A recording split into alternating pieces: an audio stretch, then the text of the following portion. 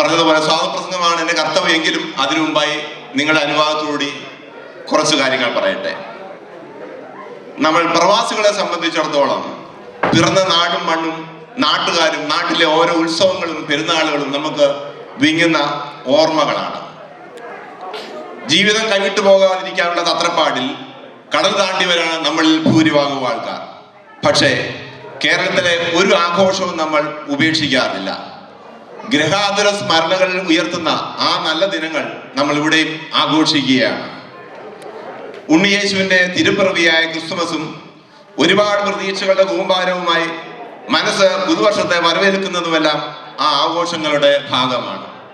മനുഷ്യരല്ലേ, ആകാശത്തോളം ഉയർന്ന പ്രതീക്ഷകളാണ് മനസ്സ് നിറയെ.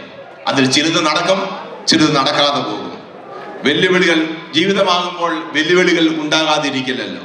പക്ഷേ മനുഷ്യരായ നാം എല്ലാം തളരാതെ മരണം വരെ പോരാടിക്കൊണ്ടിരിക്കും. ആ പോരാട്ടത്തിന്റെ ഊർജമാണ് ക്രിസ്മസ് നൽകുന്ന സന്ദേശം.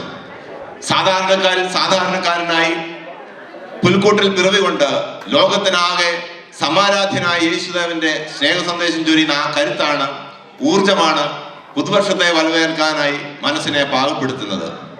വേദിയിൽ ആഴ്ത്തിമർക്കുവാനായി കാത്തിരിക്കുന്ന നമ്മുടെ കുഞ്ഞുങ്ങളുടെ പ്രസരിപ്പുള്ള കലാവിരുന്നും ഒത്തുചേരലും കഴിഞ്ഞ് നമുക്ക് സ്നേഹത്തോടെ പിരിയാം.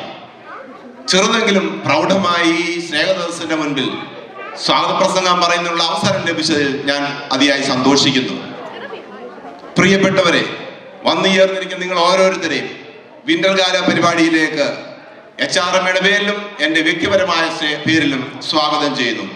അതുപോലെ എത്തിച്ചേർന്നിരിക്കുന്ന എല്ലാ സ്പോൺസേഴ്സിനെയും സ്വാഗതം ചെയ്യുന്നു. വളരെ സന്തോഷമുണ്ട്.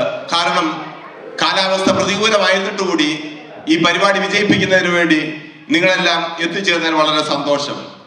അതുപോലെ നമ്മുടെ പ്രോഗ്രാം നേരത്തെ നടത്താൻ തീരുമാനിച്ചിരുന്നതാണ്. കാലാവസ്ഥ പ്രതികൂലമായതിനാൽ അത് മാറ്റിവെക്കേണ്ടി വന്നു.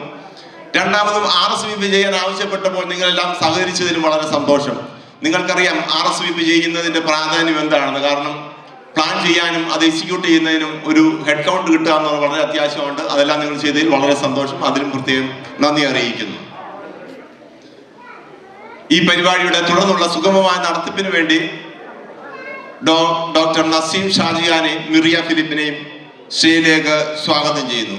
നിങ്ങൾക്കെല്ലാം ഒരിക്കൽ കൂടി എൻ്റെ സ്നേഹവന്ദനം. നന്ദി, നമസ്കാരം.